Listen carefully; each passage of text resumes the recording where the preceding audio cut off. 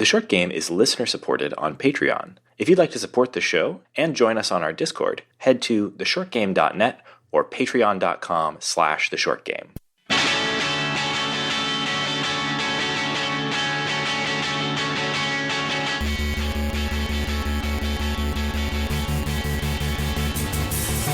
Welcome back to The Short Game. This is a show about short video games, games that respect your time. I'm Raygan Kelly, and I'm joined this week by all three of my fine co-hosts. Nate Heininger. Laura Nash. And your bro host, Shane Kelly. And this week, we are talking about a little game for iOS and Android called Knights of San Francisco from eGamebook, the system, I think, and the developer is called Rain Dead. Did I get that right? I should pull up the page before I start spouting names. Let me take this bit again. Actually, let me take my intro again, because I really like it when you call me your bro host, but when I call myself your bro host, it sounds really weird to me. No, to me it's fun when you say your bro host, because it sounds like you're everyone's brother. Okay. Like, as if you're my brother. Bro host. I like to think of Shane as a brother. Well, thank you. Brother to But all. am I a bro? The bro. You're just a bro. Philip. Don't bro me if you don't know me, some will say.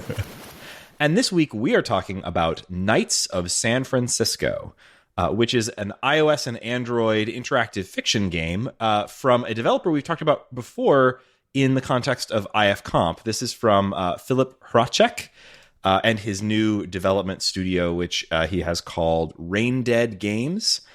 And this is the first commercial release using his system that he's developed called eGamebook, which you can find at egamebook.com. I was really excited to play this because I remember several years ago, and I have to double check, I think it was the 2017 or 18 comp. Does anybody know? We'll find out, and I'll tell you in a minute. Right. So a long time ago, but I literally thought it was last year until I checked and realized It has been a actually while, several. yeah. Yeah. We've been doing these IFComp reviews for how long now? About 5 years. So we've seen a lot of different developers in that time. And it's cool when we get to see someone take a concept from something they were working on at that kind of stage and then make it into a more commercial product like this, which, it's niche, but it's very cool. It is very cool. So to retread a little bit about the eGamebook system that's used here, Insignificant Little Vermin, which premiered in IFComp a few years ago, was the premiere of his new interactive fiction authoring system that he calls eGamebook, which is inspired by the sort of very the more complex game books of the past. So I haven't actually really played any of these. I don't know if any of you guys have, but the sort of things that were designed to function basically as single player RPGs that were kind of like a RPG supplement designed for single player play that had rules to follow for maintaining a character sheet and your stats. But would have sort of a book full of scripted combat encounters for you to go through, that sort of thing. Shane, have you ever played any of these? I have played a few of these. The first one that I played very wrong, but it's a very unique and interesting one. It's this pair of game books that represent a two-player cowboy-style gunfight. Oh, fun.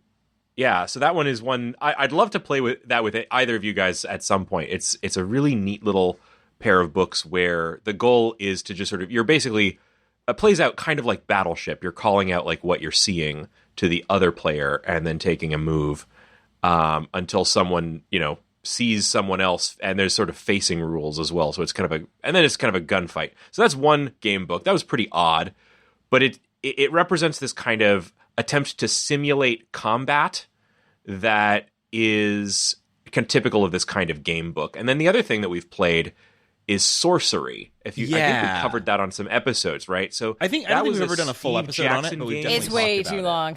Yeah. Yeah, it's way too long for us. It's a whole series. There's like 4 of them, and each one is much longer than we would usually cover. Music is great.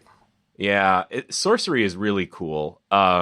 Sorcery is the original Steve Jackson kind of publishing that did GURPS, a tabletop role-playing game that Raygan and I have a lot of experience with, because I subjected all my friends to weird games of like oddball GURPS world-building experiments when I was in like my teens. By the way, if you guys are looking for those, they're on iPad. They're very popular, and I think they were the first big releases from Inkle, who later went on to do 80 Days and Heaven's Vault. A developer that we are very, very into, but we've never, as far as I can recall, covered any of the sorcery games on the show. But yeah, those are classic game books. But if you want that game book flavor and you only have 90 minutes and you want a short game, yes, Knights of San Francisco is reaching its hand and saying, come to me to dystopian, weird Transamerica building.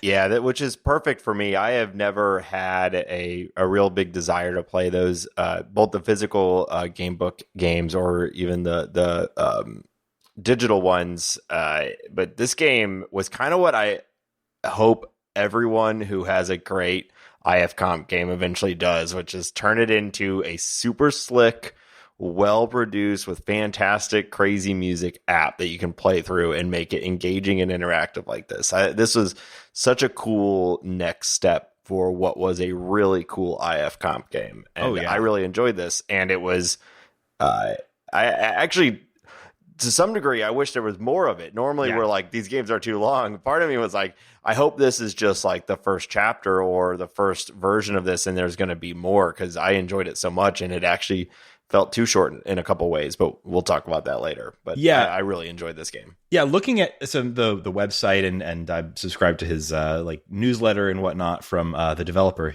Philip Hracek. He's been working on this as sort of a side project for many years. And he's done a number of prototypes and things like that over the years. And definitely seems like something he's really committed to. And I would be very surprised if this is, the last thing we see out of eGamebook and Rain Dead Games. I think he's going to continue expanding on these things. Yeah, the system is so slick. It really is. Everyone needs to just copy this. I hope he makes more and makes $1 billion off of it. And then I hope a bunch of games like this get made, because this was a really cool game. And by everyone copy this, maybe you mean pay him for it. Use these tools of his. Pay him for it. Some of this at least is on GitHub. I would love. I don't know that this is like. I'm sure he's since he's launching this as a commercial product. I'm sure this is. I don't think this is something where you can just download it off of GitHub and make your own eGamebook game, or maybe it is. I haven't really investigated that, but I would love to see him work with more. Folks to, for example, like I think this would be a really, really great tool to convert existing, not just game books, but even just like D&D or other RPG, like one shots into this as a format. Yeah. Like this felt to me like a really, like sitting down to a really good D&D one shot, one player. But like if Shane were sitting down to like DM like a weird little one shot for me, like this is exactly what it would be like. And I really, really dug that about it. Yeah. So we've been talking a lot about what makes this feel like a tabletop RPG. I want to say that in addition to having, the great interactive fiction you expect from a comp, we keep saying that it's like a tabletop or a book one because there are a ton of choices. You do have things like stamina and sanity, basically meters. And it also includes a combat system with odds. You were rolling kind of dice. In this one, it's like a sword with a thing around it. But it's a very cool animation, but it's impossible to describe. I love the very, very simple visuals. Please try not to over-describe things for us, Laura. Sword with a thing around it. We don't need to get that complicated. Let's talk more about that sword with the thing around it, because I think this is pretty cool. But it is cool. With any game, like D&D, there's a reason people are obsessed with their dice in Dungeons & Dragons. Like, I was literally moments before we recorded this looking at a $40 set of dice on Etsy, like with my finger hovering over the buy it now button. So like having a cool way of resolving those little kind of percentile chances. Actually over describe this, I think, quickly. And that's that each action you take has a little progress bar around a circle about the odds you are going to complete it. So if it's 75%, it's 3/4 full. And then when you roll your dice, you have 5 dice, and the little progress bar spins around a sword, and then the sword falls. And if it falls in the bar, you pass, and if it falls in the fail, it's literally a miniature Wheel of Fortune, and it's but very with a sword. clear and visual to you. And the sword, with a sword, which is absolutely cool, because swords are cool. You have to pass 3 of 5. Yeah, swords are cool. That swords are cool. You have to pass 3 Way of 5. cooler than a progress bars are okay. Swords are cooler. Put them together, though. Put them together. It's a great combo. Oh, it's just so clear. I knew exactly what it was doing. That's almost impossible. That's really true. And the other thing about this is that it's simulating a lot more than a lot of these sorts of games, game books or interactive fiction games do. As I was playing through this, it occurred to me this is, I think, the first system for interactive fiction, and this game and its predecessor we played in the comp many years ago are the only games that I can really think of in terms of interactive fiction where I've really felt like I was engaged with the combat. Mm-hmm. Most interactive fiction, when you encounter combat scenarios, it's multiple choice, or it's put item or weapon key into enemy lock and then unlock the combat and you're done. And here it feels, and I mean, a big part of the selling point for this game, if you look at the marketing that he's put out here for it, is that it is deeply simulated. So I think some of this really carries through in the game, and other parts maybe slightly less so. But the pitch on this is that this is one of the things I saw in the marketing materials was Skyrim rendered in text, which is I think a little bit overblown. But basically, what he's getting at here is that this is a game that has a deep simulation system that just renders out to text, where enemies have body parts, they have a stance, they have a position that they're in. They have all of these simulated elements to the scene that you're in when you're engaging in combat. Not just player character and enemy, which each have a health bar, but they have things like you can damage an enemy's limbs. You can damage other stuff about, there's quite deeply simulated combat here, but it abstracts a lot of that away because you're choosing things like, am I going to, attack him with my weapon? Am I going to roll away, etc.? Right. And when you do that, it just sort of reads you out some text describing the results. It's not something where you're seeing a bunch of crunchy actions take place. You just get a paragraph of text that's generated by the system, kind of describing the scene and what's happening, which I think is really, really, really well done. Yeah, I really enjoyed this system. I thought they said Skyrim. I don't think that's actually giving it enough credit, where Skyrim, you're just everyone is just standing in front of each other making the actions of combat while you read out whether it hits or not. It's not like they're actually dodging your attack or you're actually hitting them in the arm. You're just swinging in their general direction, and if you're close enough it hits or not. With this, it felt more like something like Breath of the Wild, where the objects around are interactable, so you can purposefully choose to hit someone in the hand, which can make them drop their weapon, and then you can make the choice to pick up the weapon and hit them with it. Or one of the more fun things is you can chop off someone's leg, and then maybe one of your companions, because there's an entire companion setup in this, will pick up that leg because they don't have a weapon, and they'll start using that leg as a weapon. And it felt really interactive with whatever is in this area. The combat is actually going to involve. And I also love one last point on the combat is that, or at least for me, is that it also, what I loved about it is it felt like a really slick Let's Play D&D podcast where they cut out everything and trim every combat down to 2 or 3 rounds and just do the important stuff. Because everything, all of these fights, at least in my experience on this game, they feel more like a real fight because you really only get 1 or 2 volleys back and forth before something is dead. And it feels like that's how it should be, because it'll be you stab them in the heart and they die. It's not like you stab them in the heart and their HP has been reduced by 7 or whatever. Like, it's all very literal. If you hit them, they're either going to be really maimed because you chose to hit them in the hand or the leg or whatever, or they're going to be dead because you hit them in the chest or the neck or something like that, and then vice versa. So it actually made the combat feel a little more visceral, and the luck element of it, the dice rolling, feel more vital because, in a D&D fight,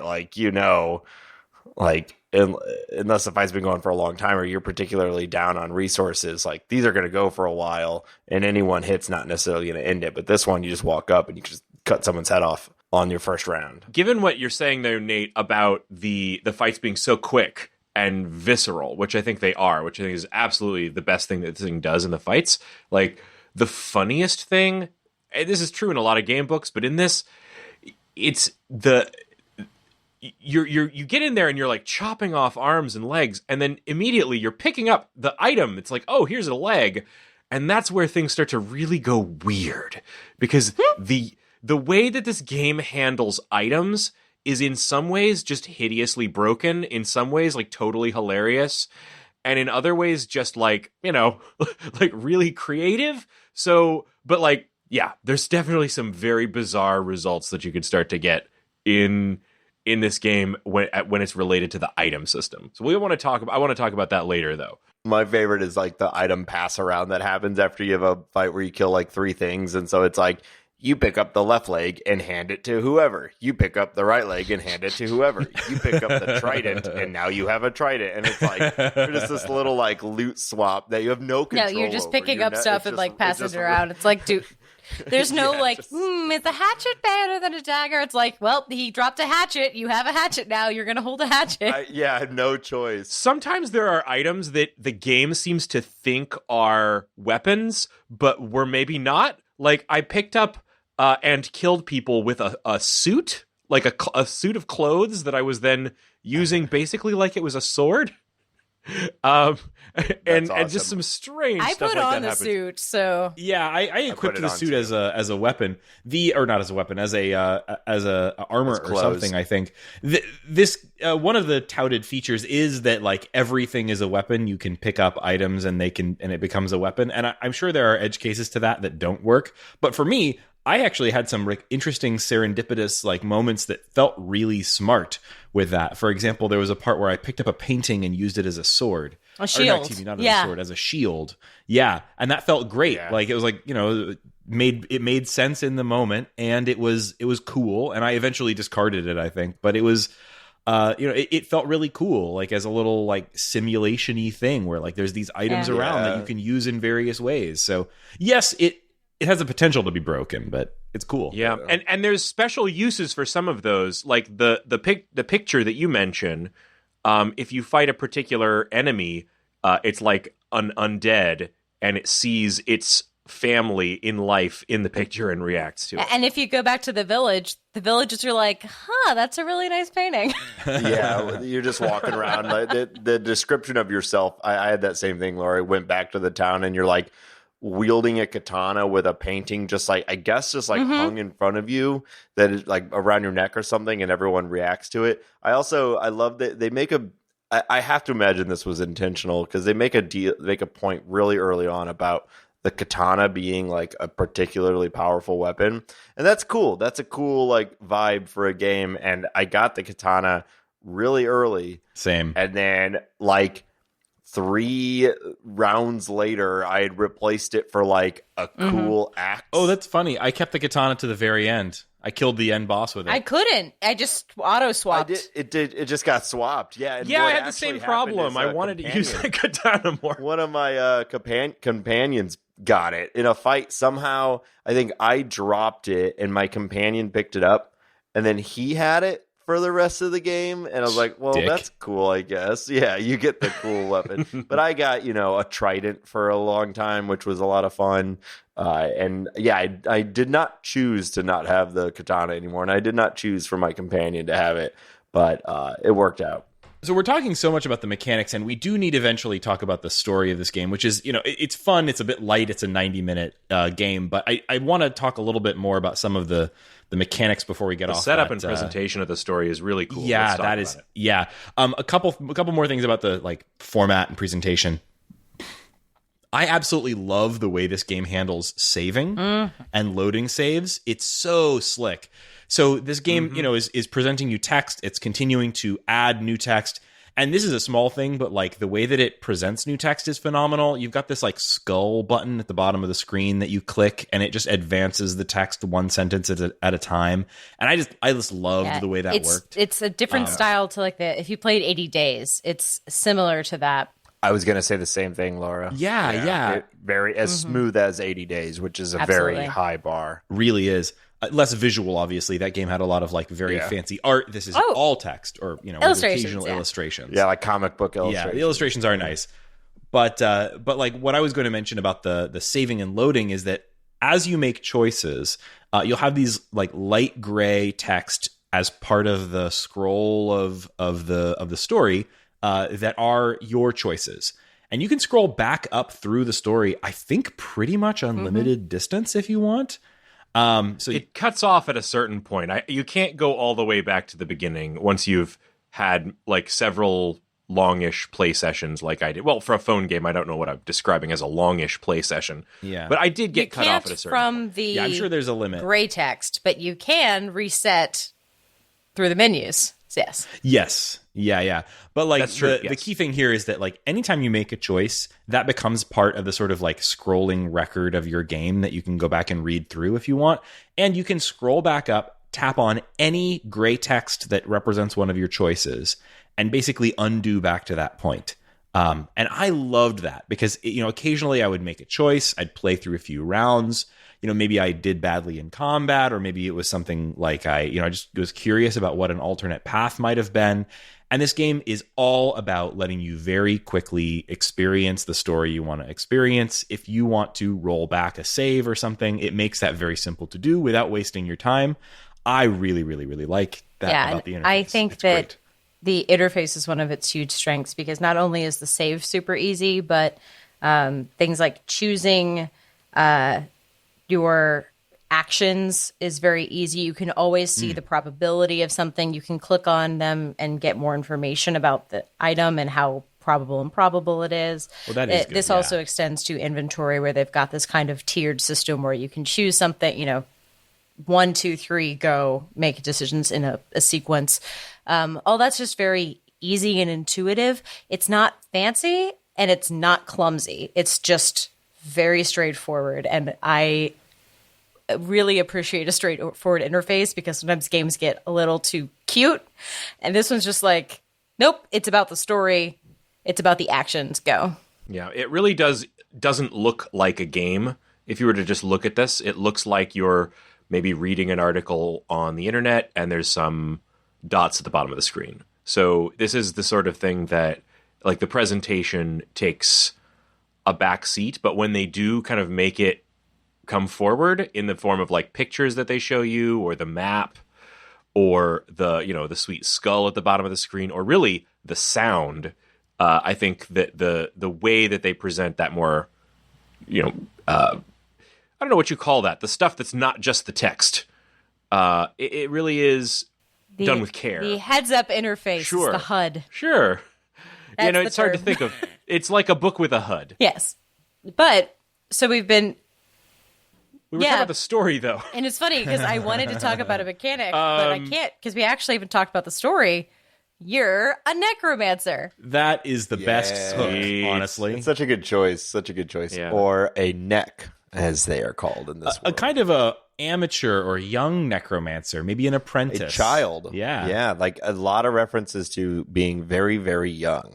Yeah, so do we find out your character's name? Yes. Aaron. I think we do, but I might have forgotten it. Yeah, it's an A name. Yeah, Aaron, I think you're right. Yeah, A-R-E. Yeah, and so he has come to San Francisco to search for his brother. Or she. You can choose your gender, and yay! Yeah. Oh, that's true. Yeah, Yes, and that's you great. can choose some other basic stuff about your appearance and stuff, and it occasionally gets referenced. For example, I chose that I had a facial scar, and that didn't exactly like alter the plot, but it did mention it occasionally as part of the text when I was interacting with other characters, things like that. I chose the wooden leg or wooden foot. Yeah, I had a wooden foot. Yes, as I also well. picked the wooden foot. So actually, Raygan, I have a question for you then. So the three of us chose the wooden foot, and there's a scene, at least what happened for me at one point, where your wooden stump gets caught in a floorboard, and it's a little tense. You think you're gonna get jumped because of it. Was there any moment, maybe when you were passing through a hallway, that involved the scar on your face that caused you to get stuck? Yeah, that doesn't ring a bell. I think the only things the only times that the facial scar played in were occasionally when you're interacting with people in the town below the building. It mentions the facial scar, people like looking away from you, that kind of thing. So no, like as far as I could tell, like combat relevant disadvantages from the facial scar. Yeah, it wasn't actually like nothing actually happens from it, but there's like a moment where you're crossing through a hallway and you get stuck, and it's like, oh no, are you going to get out or not? So this male or female maybe has a wooden stump, maybe has a scar, different hair colored person. You are trying to figure out what happened to your brother. I chose for perhaps revenge purposes earlier in the game. And you are in 1,000 years in the future in San Francisco. And all that really remains is that pyramid-shaped building. The Transamerica Pyramid. Mm-hmm. I think the Golden Gate Bridge is there still, but it's overgrown. They do a couple references to some stuff in San Francisco, but mostly it's that. It's a really cool. They do a good job of setting the scene and everything. Yeah, the writing is really strong in this area. It feels really eerie, and now in this future world, 1,000 years from now, and it is intentionally 1,000 years from our world, as far as I could tell. There are references to things that exist for us, including some modern technology and stuff that exists for us now. So it is our world. But there are also all these fantasy tropes. You're mostly fighting goblins and orcs. You're a necromancer. The Transamerican Pyramid has become infested with goblins and orcs. And you know that at the very top of it, there's another necromancer called Big O. Big O. Big O. And this is where you think your brother is. His last known location was with the Knights of San Francisco, a group of knights who have moved into the pyramid in order to defend people in the nearby areas. But the pyramid skyscraper is so big, and the threat of orcs is so great that those knights are now about to retreat and flee.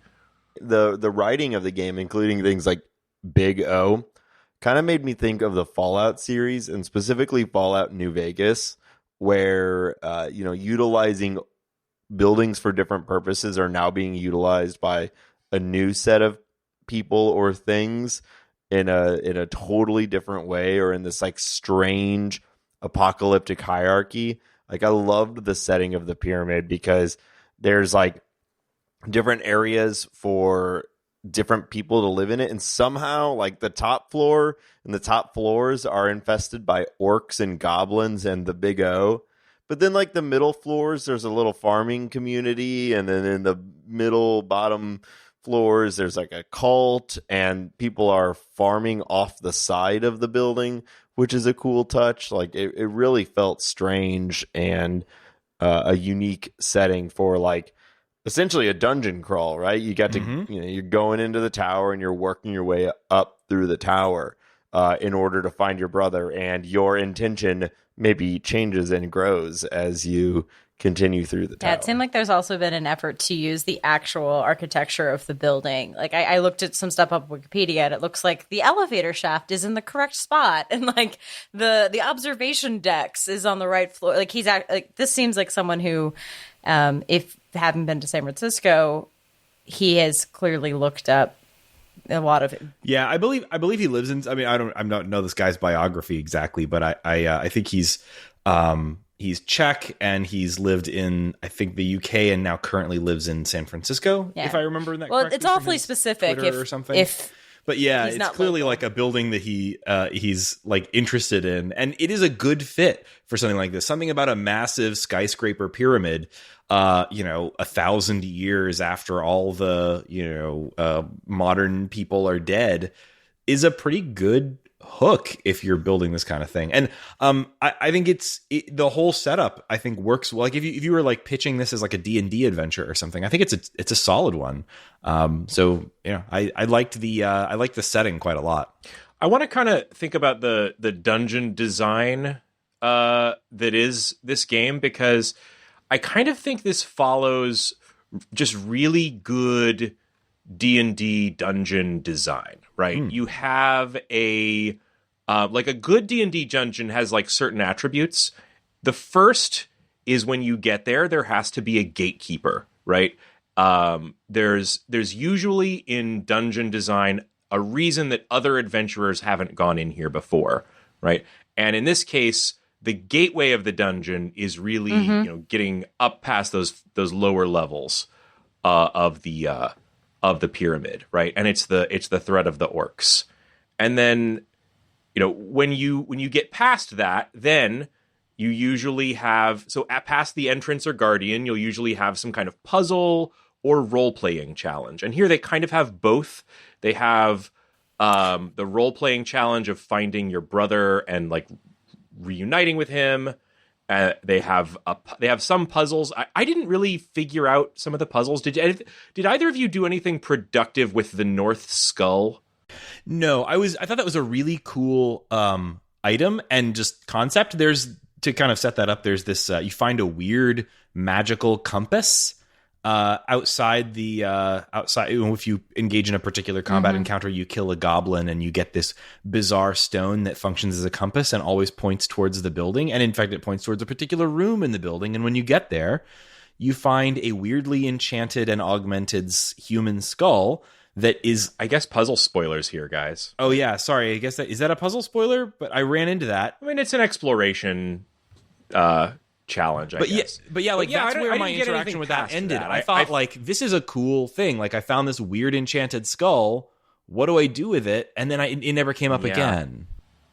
Yeah, I would like to figure out something to do. And I think in a lot of cases in games like this, you really are exploring the content more so than you are like trying to complete it. And and a lot of the mechanics are around giving you like chances to go back and experience things done in a different way. Like the UI really provides you with that with the rollbacks, but on top of that, the way stress boxes work is very much kind of allowing you to redo rolls. And most movies. So anyway, yeah. So you have your entrance. You have your entrance or your guardian. You have your puzzles and your role playing challenges.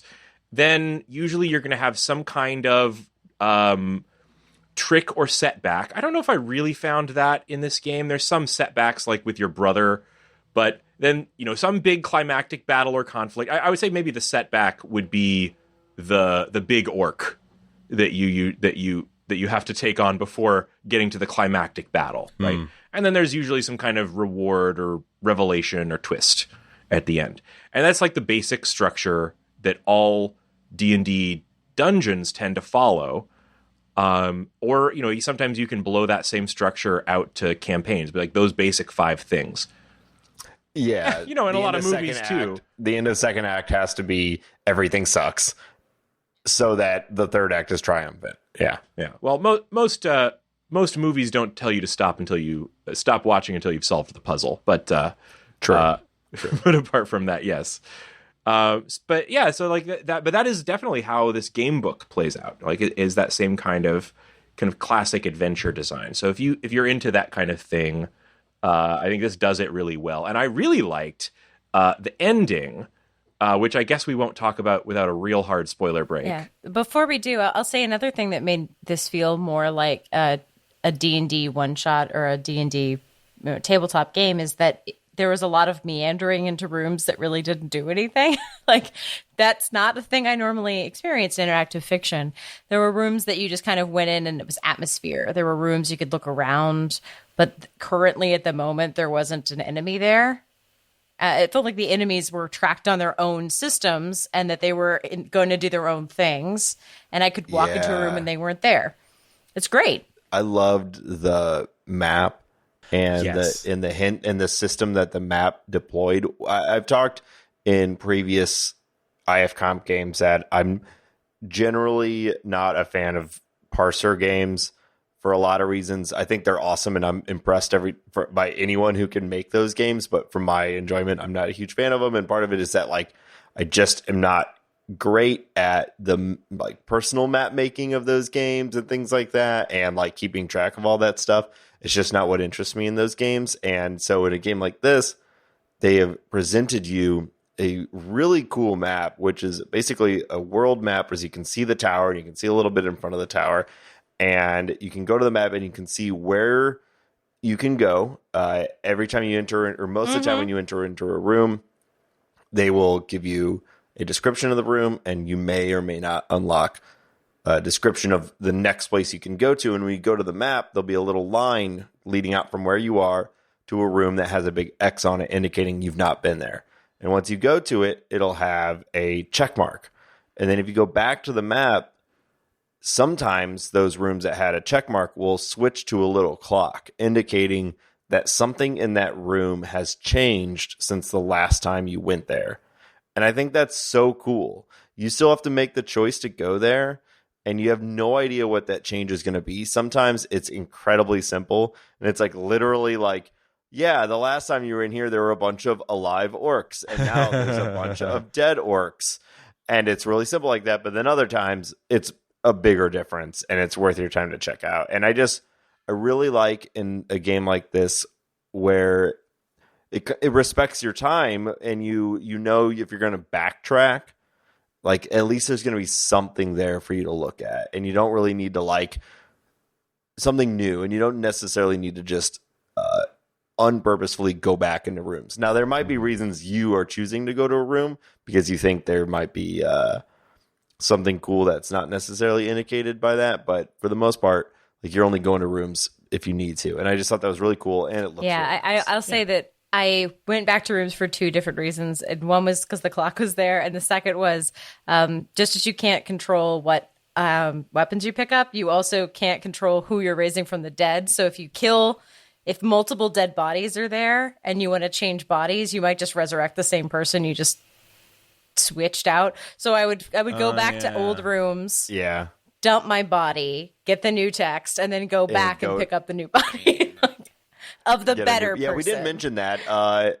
When we say you're a necromancer, like literally that is a whole set of your skills, is that you can raise a dead thing, and it will now be a part of your combat party, and we'll take turns, and we'll run the full scripted thing. I know we talked about companions earlier, but almost always one of your companions is a dead thing.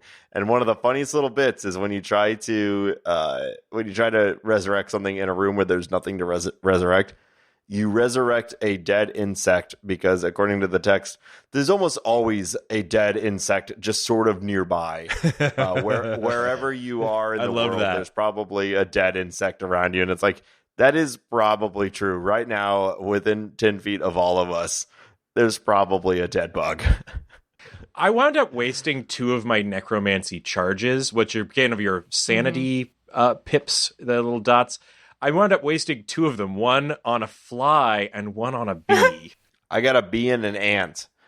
I got a mosquito. Oh, maybe it was an ant. I definitely kept that bee around for way longer. I kind of was like, what's the bee going to do? And the answer is nothing. The text even says this is useless, but that feels like a challenge, right? You're like, this cockroach, it says it's useless, but maybe that's how you solve the puzzle. I'm going to make some death honey. I bet the big bad's allergic to bees. This will be the move. This will get him. That would be kind of a sweet twist. I never went into combat with an insect. Does it just skip it? It doesn't do anything. Yeah. I don't think it's ever mentioned again. Yeah, you do get some weird results like that, and that's what I love about this kind of thing. Like part of the exploration of a game book like this is exploration of its systems, and what's cool about this one is it takes those systems and it says, okay, you don't have to think about the like numbers or the rolls or anything. It's all based on like different attributes you have or items you have. And even that is abstracted enough that like you pretty much can't, like, there's no interface to at any point like pull up an inventory of a the weapon items inventory. You do have items, but you can't like choose your weapon.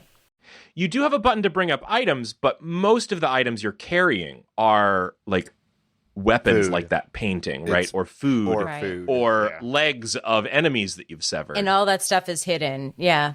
I would have really liked it if there was some way for me to look at all the items that I had, and choose to drop like maybe all but one of the severed legs would be fine. And I feel like one's enough. I think I severed a lot less legs than you guys. My go-to move was to feint, get them off balance, knock them to the ground, and then just stab them. Like that was my go-to. I did the exact same thing. Necks. I broke so many necks. If they're on the ground and you're on the ground, you can crawl over and break their neck. And that was a great killing blow. Yeah. I think those things had this like lack of choice. I think had to be an intentional thing for brevity and for simplicity. And I think it's our natural feeling in anything that's even remotely an RPG where you're like, give me those stats. Let me see my character sheet. Let me know, is the katana +3 and is the trident +2, but maybe a little bit longer range. You want to know all these things. And I think the game designer is trying to tell you, don't worry about it. Just move on. Don't think about it. Just play. Just read the story. The only time I was like frustrated was when there are multiple dead bodies in the room and you can't decide which dead body you're trying to resurrect. And I just thought that was funny because I just kept going back or I would have to keep rolling back because I was wasting all my sanity charges trying to get a specific dead body off the ground. Yeah, you try to like imagine what you're actually doing. You're like raising a dead body. Like, I didn't want that one. All right, let's go to the other room. I'm going to dump you off on the floor over here so I can go back and raise the guy that I wanted to raise. But I don't think it actually matters who you raise. It's just I just felt bad because I went to the shop and the shopkeeper was like, please stop hauling around my dead son. And I was like, okay. And then I dropped him and then and I was like, cool, I'll resurrect this other dead body. Dropped him, resurrected someone else. And it was like, you've lifted his son up again in front of his face. Gotta say, reasonable request. Yeah. Like I'm on the side of the shopkeep right. in that. Hilariously, he told me to do that. I was like, great, there's another dead body here. I dropped his son off, cool, and then I lifted his son back up again. Like, it felt like I was taunting the poor man. Oh, you don't want me to revive your dead son here? I'll just dump his body here on the floor of your shop. I dumped him on the floor of the shop, and then I resurrected him again instead of the orc that was next to him. Yeah. Torturing the man. That's yes. fun. I'm sure that he's having a good time. There were a couple things that I that's why I was saying at the beginning that I hope this gets expanded because there were definitely some things that I wish there was just more of. I thought combat was really, really easy. I don't know about you guys, but yeah, I never got hit. I never died and I never got hit. And I don't know if that was just I got really lucky in this game or if you guys had different outcomes with combat. I definitely missed. Like you make your choices and I missed on attacks and sometimes rounds went longer. But I never took damage and I don't even know how damage works. I definitely took damage, but I never really felt so. Probably my one complaint about the game is that like I think the combat is very interesting, and I would have liked it to be a little more in depth and a little harder. And a big part of that was just like it just like Laura was saying earlier. At some point, I realized that if you feint at the beginning of combat, which basically means you're feinting pretend to stab. Exactly. Yep. Then that would throw off the stance, and that was an easy thing to do. It had like a 75% success rate. That would throw off the stance of your opponent, and that meant that your next attack was like pretty much a sure thing most of the time. And that applied all the way up to the big bad at the top. Like the very last combat I had was a one-hit kill, basically. And that was because Yeah. I fainted, he lost his stance, and then I stabbed him in the belly and he died instantly. And I was like really expecting for that final combat, at the very least, I was expecting something a little more challenging. But if anything, like this game, it's like it's deeply simulating, but you're also, I feel like your main character is, if not OP, you're definitely like, there are certain strategies that become apparent very early in the game that are completely OP. Yeah, your character is a necromancer, but I burned through all my necromancy like very, very quickly. And by the end of the game, I was just grabbing any weapon and absolutely annihilating my opponent immediately with it. Yeah. I never had a companion get hurt. Oh, I never had two of my myself companions get hurt. died. I had several. I kept picking them up and dropping them off. Like they would die. And That's why you had the tons of dead them were son. dying. That makes sense. Okay. See, I never had I literally, there was never a moment of stress for my character in this game. And I also never bothered to develop a combat strategy. I was just like, this looks fun. I'll try this move.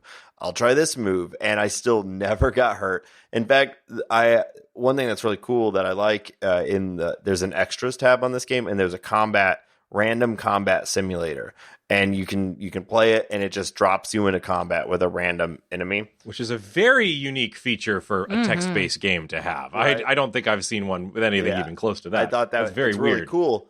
And in that random simulation, it was the only combat I had that went more than like 3 rounds, and I actually got stabbed in the leg. And I was like, that was interesting. Like you started the fight without a weapon, and the orc had a weapon, and so you had to actually like get the weapon from the orc, and we went back and forth, and it was something like 7 or 8 rounds, and it was the most challenging fight I had in the entire game. Was this little random simulated game I played in the extras. There was never a moment of pain, stress, or like discomfort with the power of the character for me. And it's also funny because you're supposed to be a kid. So I thought it would have been really cool if this was actually really tough, especially with such a real easy, like revert, like if you die, I don't know. But like, it seems like it would take like 2 seconds to go back in time. Why not spruce up the combat a little bit more? Make your character actually feel underpowered, because they do such a good job of presenting these orcs as scary and powerful, and the goblins are scary and powerful. Like these knights are leaving. This whole army of like grown people are abandoning because they can't deal with the stress and the fear of these goblins and orcs. And you're a child, and there's no reason other than being a necromancer. You're just like the most buff understand why child. you're so strong. You're obviously the chosen one. Yeah, it's crazy. Yeah. And you're like, there are a couple of fights that did get good for me. I had a good experience. So when a kind of combat system like this is working well, it's asking you to do something before you get into that like lethal range, right? The game basically starts you off in all these kind of fights with like goblins and orcs. Those are just the filler enemies, and you mostly have to. All you have to do is throw them off a little bit in literally any way. But did you guys have that fight with the Birdman in the business suit with the? Yeah. So that fight actually played out pretty well for me. Like, and then there was another fight against a lizard man that you had to kind of chase out of a. That one was probably the best fight mechanically in the game, because in order to kind of even start getting into close combat with that lizard man, you had to interact with the environment to kind of drain the water around him. And that is what I really want to see more of in kind of this kind of game. Like treat the stuff around combat as part of it, right? As part of the combat itself. The lizard man one was cool, and I also really loved the Birdman fight because one, just the setting was cool. And then 2, you have all these dialogue options in the middle of the fight, and that was really cool. That felt like a John Wick scene, a Hawkman mercenary. And I was like super into it. Again, that said, I still, I think it was 2 rounds of combat two action decisions for me before he was dead. But I understand I might have just gotten really lucky. This is a random number generation game, so maybe I just rolled really well. But it sounds like you guys also have never really faced any stress. So it's like it would have been really cool if that fight was really hard, not just thematically awesome. It was a cool, like, I loved the dialogue that you're giving. I had kind of wondered when I was playing through this game, like, I think like Nate, I got that katana really early, and I just wondered throughout the game, like, am I one-shotting these guys because I've got the katana? And I'm kind of glad to hear that's not it. Like, that would have been a little cool, and that, like, I did, I did sort of do a couple of little minorly creative sidetracky things in order to pick up that katana, and then I did keep it throughout the game. But yeah, it was. I'm torn on it though, because earlier in this episode I talked about how much I loved the brevity of the fights. So I liked how how vicious it was. I would have liked them to be more like, because you could see, like, reload if you screw up. I would have liked to screw up more. I would have liked to been killed. I'd like more text describing my poor necromancer's body being torn apart by orcs. I wanted the Hawkman to throw me off of the step on my neck, daddy. You know what I mean? Like that's what you're asking for. Step on me, Hawkman. There were 3 fights in this game that I thought were really good examples of, like, how you do good fights, right? There was the fight against the undead where you really use Lady Hope, kind of improvised weapon. Yeah, I forgot her name. Lady, what is her name? I think Lady Hope. Lady Hope. Yeah. Yeah, that fight was really cool because of the use of the painting that came up for a couple of us. The Hawkman was cool because it incorporated a lot of dialogue, and then the Lizard Man fight was really cool because it used like different locations and the environment. What I'd like would be if, apart from maybe your goblin fights or whatever, if all the fights had all those elements, all those different ways to interact with it. And on top of that, in order to experience that, kill me in a bunch of different ways so I can read, so that when I do have to roll back, I experience the fight in a different way, right? And I see different paths through it. So I think the system here is really intriguing, and I just want more density. And that to me is a tabletop thing too, because if as a DM, Shane, if you have seen that we have these go-to tactics that we use in every fight, you throw people at us that won't work. Yeah. Like, maybe it's someone who's too clever to be feinted against. Like, that's the kind of, like, you start countering your players' go-to moves. And I think that's something that I'd like to see this evolve to. Like, it's just a variety of different enemies that maybe are impervious to certain tactics. Like, that would be really fun. Where it says this is pretty probable, but then you're like, oh no, you didn't know that. I guess it's a fairness question. It's like, did you not know this person was unable to be poisoned, for example? Yeah. Maybe it's overcomplicating it, but it would feel more challenging and make me use more tactics than my tried and true. Yeah.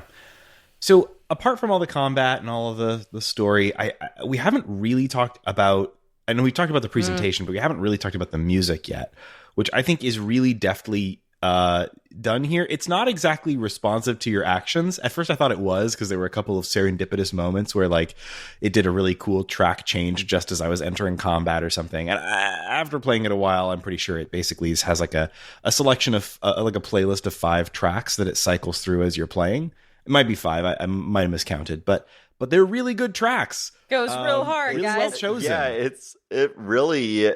it's really, I was Sweet. not expecting it. There's a song, one of the songs makes me think of, like, The Hives or, like, early White Stripes. And then there's, like, crazy, your standard sort of EDM video game music thing going on. It's way more intense than you would expect. There's also like a mellow, like lo-fi hip hop, like, vibes to study to kind of there's thing. like a trap. Yeah. I could see, like, in the ruins of post-apocalyptic Seattle, like the bards would play garage rock. Like, it's just a fact. San Francisco, but yes. So that's what I meant, San Francisco. Yeah, there's a playlist on There's a playlist on Spotify. I believe it's called perfect. Lo-Fi Hip Hop for Ghosts. And that one track made me think of that. the first 3 sentences of the App Store description are things to know before you buy. This is a short game, about 90 minutes. The background music is anything but medieval. This is by design. And I think those are the 2 things that we first reacted to. I mean, someone just popped in Discord and said, this music does not have to go this hard. It really does not. I really wanted to like drop some songs from this game into the episode, and I'm afraid I won't be able to do that. Probably they have not published a soundtrack for the game, and I hit up the developer on Twitter, and basically he went through one of these services that will like license music. So I think the key thing here is these are songs that are well chosen. These are, they're not music composed specifically for this game, but they're really well chosen stock music that gives it a vibe that does not fit the expectations. Like, it defies your expectations for a D&D style experience, and yet really vibes while still being diverse. Like there's 5 or 6 tracks or whatever it is here, and every one of them was enjoyable to listen to and really, really worked. So I think it's a really big success here. Sort of the juxtaposition of the fantasy setting, although obviously, of course, it's like a post-apocalyptic far future fantasy, with the sort of very modern feeling soundtrack. It's really It's good. a nice way to communicate really well future done. world that feels medieval world. Like, it's a nice way to bridge that gap to me. Yeah, and I definitely left this game open on its like title screen or mid game just to like listen to a track a little bit while I had to like pause the game to go do something else. Just kept the game open to listen to the music a little bit because it's good. It's really good music. It's well done. So we're close to an hour, so we want to keep this a little bit short, but this is the first time we've had Nate back for a full episode in a little while, and I thought it'd be fun for us to check in with a what's making you happy this week. I can go first because mine's pretty short. My car died recently. That's not the happy part. But after a bunch of complex crap, I am now the owner of a brand new white minivan. Hey. Ooh, so you can abduct children in it. Upgrade. Yeah, it's definitely the kind of thing where it's like, perhaps not everyone in the world would be excited and pleased to be buying a 2021 Toyota Sienna. But let me tell you, first of all, buying a new car, like a new car, that's not something I got to 35. I'd never done that before. Never bought a brand new car before. And so that was interesting. And it's so nice to have a brand new car, and it's nice to be able to get my kids in and out of it with the sliding doors. It's all of the stuff. Toyotas are nice, man. Yeah, it's nice. You know what you should do? What you should do with that white car is you should paint it Hawaiian shirt pattern. I think that would be perfect for you. I'm looking into getting wood panel stripes along the sides. There you go. I need We had one of those in our Suburban growing up. Yeah, It's a good look. I've always wanted a wizard on the side. Oh yeah. Oh, yeah. Just a wizard. There was a person I worked with that they drove a Veloster. It's a Velociraptor? Well, yes. So the name of the car is a Veloster, and I think it's a Nissan, but it was this cool, crazy orange, and across one entire side of it was like the skeletal figure of a Velociraptor in black, and it was That's pretty wild. rad. Yeah. Well, so that's what's making me happy this week is I have wheels again, and they are marginally nicer than my old wheels that were 14, Ample storage space. 14 years old, I believe. I had a Kia Rondo that lasted forever. So it's nice to have a new new car. Nice. I'll tell you something that's cooler that's making me happy this week. Excuse me. Wow. That is Burn. Or excuse me. The Toyota is very cool. Toyota is a nice it's very car. cool, and I hope you Okay, load those same. kids up in it and drive down and see me soon. But Yeah. my vibe this last few weeks has been Monster Hunter Rise. This came out March 26th. And as soon as I realized that a bunch of my friends were playing it, I jumped right on board because this is my second Monster Hunter game. I think this is true for a lot of new fans of Monster Hunter. They started with Monster Hunter World. And this game just sings, man. Like I don't know how many of you out there, it's hard for me to get into like what makes Monster Hunter cool. It is a game with like, you know, many years of history, and like across those many years they've basically only added things and practically never taken them away. Like the Monster Hunter series is just systems on systems on systems. But what they do have is a game that is, you know, you can just drop from one Monster Hunter game right into the next, and like your favorite weapons are still going to play about the same, and you know there's going to be new monsters to fight and new things to do, and the game is made like they've filed off all the rough edges. Like people said that Monster Hunter World took this like super complicated, super systems driven, like, you know, just weird boss battle game and like made it the most accessible it has ever been. I will tell you now, it is even more accessible with Monster Hunter Rise. And then there's this whole new thing that I just absolutely love, which is the introduction of these weird bugs. Oh my gosh, they give you so many new things. Okay, so new stuff. Super cool new stuff. One, you have a dog. You've always had a cat. I don't know when they added the cat. You had a cat. Now you can have a cat and a dog. And the dog, you can ride like a horse, which makes you able to get around the levels much faster. You can get back into the fight much faster riding on your Palamute.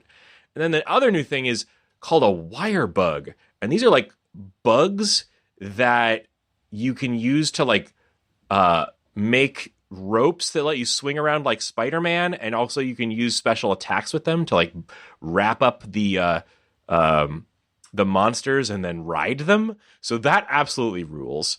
And then on top of that, you also have like just a ton of little quality of life things. Like you have a pet bird that will find the monsters for you, so you could just get into the fight a lot faster because you don't need to explore around as much to find them.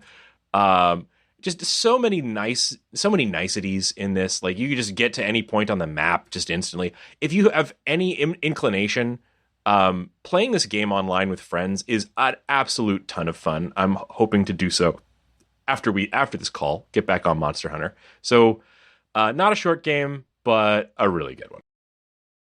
Awesome. That's awesome. I decided to sit this one out, even though I really interested in, like, I really enjoyed Monster Hunter World.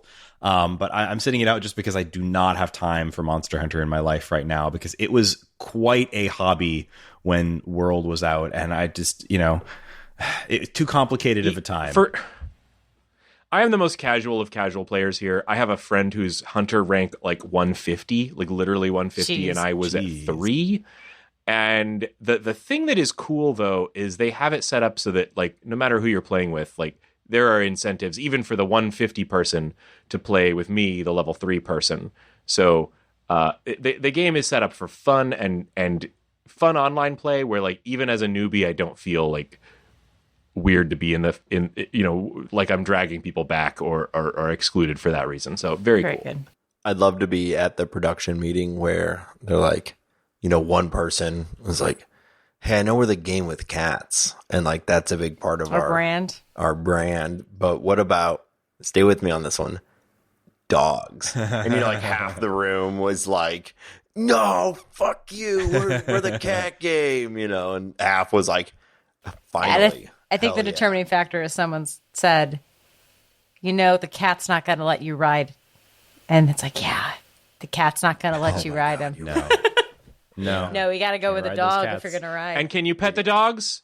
Yes, you can pet the dogs. And then everyone just burst out into applause. If you're making a game in 2021 and it doesn't have a dog that you can pet on it, you're literally missing out on a marketing opportunity. Mm-hmm. Just put a dog in there that you can pet and you're going to get like 5%. Stick it in the menu. Yeah. Well, I'll go. So as the world has slowly been opening up. I have been, I'm fortunate enough to have been vaccinated for a little while now, and a lot of my friends are. So I've been able to participate in a couple actual social gatherings, which is just, it's too much. It's too much. But one thing that I want to call out I've been doing this for a while, but we've been able to bring it back and it's been fun, is that if you're going to do this is a recommendation for good times. Okay. If you're going to do any sort of social gathering that maybe will be for an extended, either for like a full day or full evening or like a weekend, create a group Spotify playlist or whatever your service is, and then spend some time leading up to that where everyone can add whatever music they want to add to it at the event, put it on shuffle, and then there's a rule, at least we have the rule, no skips. And you just put it on and just see what happens. And it's a great sort of like, just fills the gap of things too, when like a good song comes on or something you've never heard before, or, everyone puts like their own, ours is you can't not have the Monster Mash on your playlist, so there's always going to be a time when the Monster Mash comes on, and it's like doesn't make any sense, but it's great. So it's been a lot of fun. I was able to go fishing with a couple of my friends, and we created a fishing playlist for the fishing times, and it was a great mix of every song we could think of that involved language around fish. And then also just like songs that we enjoyed, So just a recommendation that we've been doing for a little while, and it's a lot of fun and adds just like another layer to whatever it is that you're going to be doing with your friends or family. And you can kind of create the playlist kind of becomes a time capsule of like what you were into at that time. And it can be kind of fun to go back and listen to that playlist at a different time. And yeah, it's like the many CDs burned for specific car trips. Exactly. Yes. That you listen to it and you're like, yes, I made that to go to the beach with Rob in 1999. Yes. And I was also really into the Monster Mash at that point too. Monster Mash forever. That song is it's funny. Like I literally just cleaned out this car that we'd had for 14 years and found like CD binders in there. That's awesome. And they were a bunch of burned CDs, and we're in the process of going through and deciding what to throw out. But all of it, just throw it all out. We found some Joanna Newsom CDs in there that I was like, man, I haven't listened to her in a little while because she's not on Spotify because she's got a principled stand against Spotify, and so we were just in our house like it was like 2004 listening to CDs on our Bose Wave radio with built-in CD player. And it was like, man, it's a throwback, but it was fun. Guys, for our 6-month anniversary, Justin gave me a 6-pack of Shinerbach beer and a mix CD. He had apparently been working on it since he met me, and it was going to be like a 3-month anniversary, but he didn't finish it, so it ended up being 6 months. And the CD just had like in his little head, right, like a child drew it, like a heart on it, like around the CD opening. And I held on to that for years and years and years. And when we moved, I was looking and I was like, where is it? And I'm pretty sure it made it to New York, but like part of my heart is like, where is that CD? Oh no. It'll turn up, Laura. Don't worry. We'll find it. But it's because we put it in a safe spot. Like we put it in like, this goes in the memorabilia box. And did we look at that box later and be like, this is junk? Like, that's my fear. But I hope that CD is around somewhere. I'll find it someday and cry. That's the plan. I'm just saving it for like 10 years later when I open an unmarked box. There you go. But what's making me happy this week is it's not having friends, but it is going outside. So I have been trying to go on walks in my neighborhood, and I live in a very busy part of New York City. It's beautiful, but there's just a lot of, especially now with the open seating, there's just so many people drinking in bars outside, and it can be a lot if you've been inside so much. So I tend to look up and around and at the buildings, and there's gorgeous old buildings. I have no idea what's going on there.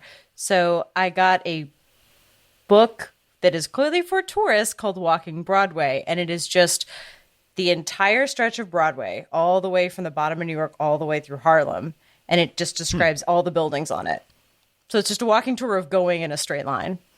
And we've started taking this, like we took it to Old Navy. Like, we're going to go to Old Navy, which is because we have to go to Old Navy to get some pajama pants, boxers, and athleisure wear. And on the way, we're going to look at all the buildings on Broadway up. And so we just walked around Union Square. We found we know we live near the Triangle Shirtwaist Factory, but we were walking past, we're like, oh, that is like a tenement building. And over there, that was a Colts. Oh, that's cool. So if you're not in a city, like, I do encourage you to get some kind of architecture book that's just a walking tour of a neighborhood you think you know well, because you're going to find a lot of new stuff. There's also just an app called Inquire, and I think you have to probably at this day and age search Inquire Wikipedia around you. That just it looks at Wikipedia for your location and just plots on the map everything with a Wikipedia article around it. I mentioned it once for a road trip, but it's very handy if you look at something and it has like 1839 on its edifice. It looks like it might be old. I tend to open this up and go, is that a thing or is that just an old building? And half the time, it's like Edgar Allan Poe died there. I was one of the last. I was one of the last people to abandon using. What was the app? Foursquare. I was one of the last people off of Foursquare. You were the mayor of so many things. I was the Foursquare mayor of a lot of places I frequent. I probably still am. Apparently, that's how I learned my building that I live in was Ross's apartment on Friends, was using that app. Oh, funny. And also that across the street is apparently one of the largest socialist and communist libraries in the United States. Hell yeah. Which I can't go to because I'm not an academic, which feels anti-communist. That literature is for everyone. For the people. Come on. But it is really nice if you're trying to go outside and go on walks and you're finding stuff to be pretty repetitive. Like, see if there's a walking tour, even some terrible influencer online is a walking tour of your neighborhood. It's just another way to see the city that you think you know well. Well, listeners, thank you so much for joining us on this episode of The Short Game. You can find us on the internet at www.theshortgame.net. That's where you'll find all of our links, like a contact form to let us know what you think of the show or suggest games if you want to write us an email style thing. You can also find us on Twitter at _shortgame. And that's a great way to suggest things or let us know what you think. Also, this would be a great time to leave us a review on your podcast platform of choice. Those help folks find the show. And we go through phases where we get a ton of reviews and then we get none for months. This seems to be common with podcasts, and I don't know. It's like the weather. It's weird. We haven't had a review in a little while, and we would very much like you to leave one if you have a minute. I know that Apple Podcasts has switched up their algorithm a little bit, so we'd love to get you to write us a review there if that's a platform you use, or if you use some other platform, and it offers the option to leave a review. It's a great way to support the show without costing you a dime, and we would really appreciate it. Also, share the show with your friends on social media or in person if you know folks who like games, or if you're suggesting a game to a friend and you know that we've covered it, tell them we've got an episode on it, and we would really appreciate that help. Also, you can find us on Patreon. So the very best way to support the show is to go to patreon.com/theshortgame, and you can, for $1 a month or up, support the show and get immediate access to our Discord. And we plan the show on Discord. We chit-chat on Discord. It's the chat that makes this show run. So if you would like to join us there, we would love to have you. Patreon.com/theshortgame. And you can also find me on Twitter at Raygan K. That's RayGanK. Laura, where can people find you? You can find me on Twitter at Laura J. Nash. Shane, where can people find you? You can find me on Twitter at 8BitShane. And Nate, where can people find you? On Twitter at NateSTL. And listeners, once again, thank you so much for joining us on this episode of The Short Game.